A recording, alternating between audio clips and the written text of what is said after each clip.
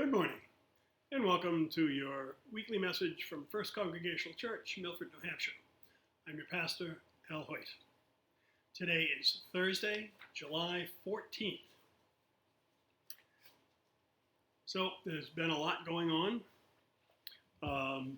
the last couple of weeks, and we're looking forward to a little calm down time. Last Saturday at Ben McGue's funeral, the family had asked that in lieu of flowers, donations be made to Ukrainian relief. And I'm very pleased to announce that the church collected over $500 that will go along with the money that we've raised to Ukrainian relief directly.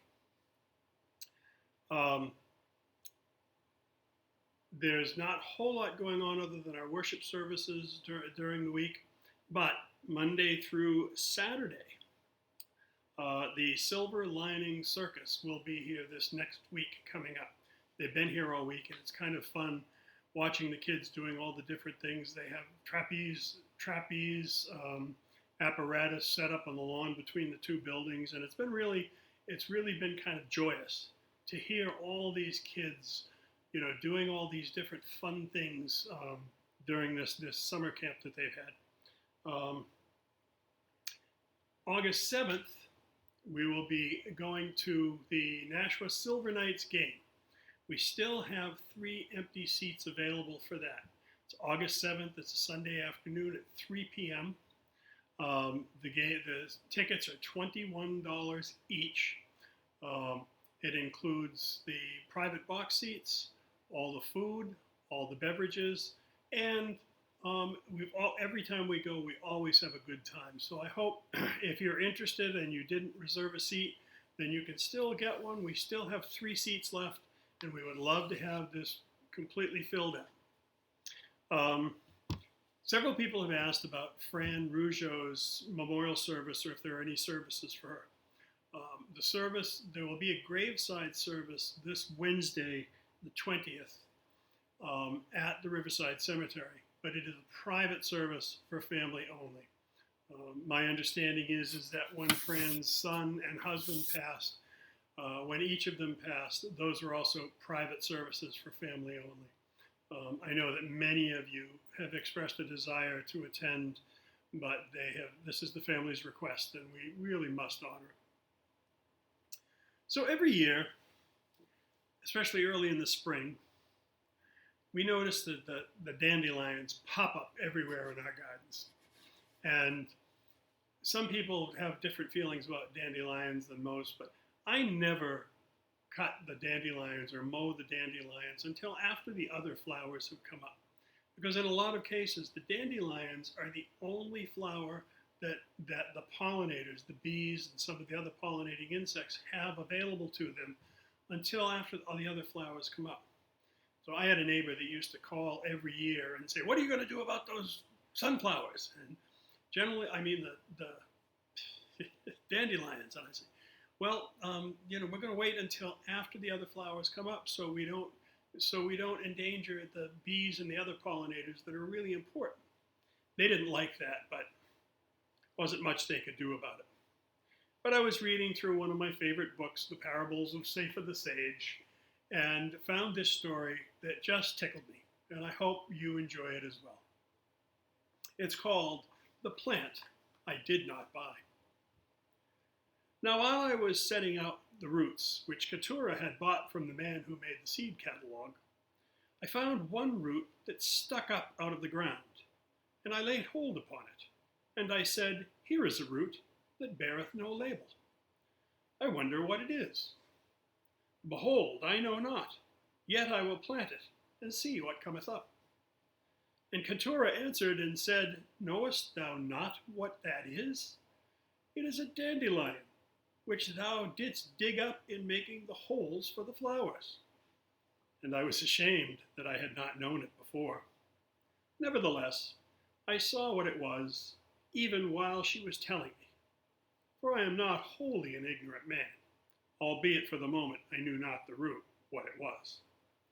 And I held the dandelion root in my hand, and I looked at it, and beheld how deep it had sunk into the earth, and how firmly it had laid hold on the soil with its one long root, and I admired the way that it had planned to stay put.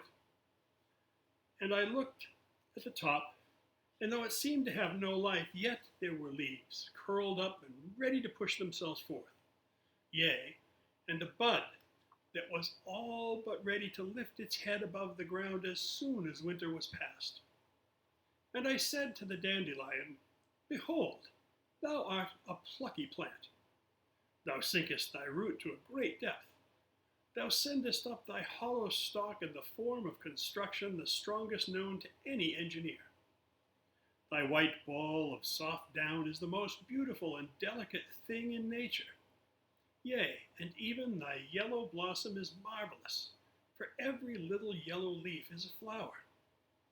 Moreover, it is not thy fault that men call thee a weed.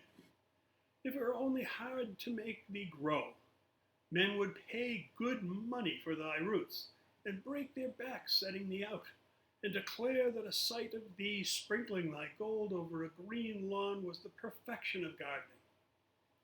Neither did thou sin, nor thy parents' flowers, yet art thou despised and rejected, and men love thee not. And when I thought of these things, I could not find it in my heart to end the life of so wonderful and plucky. Neither did I want it in my garden. But I took it down to the alley that runneth behind my house, and I planted it there.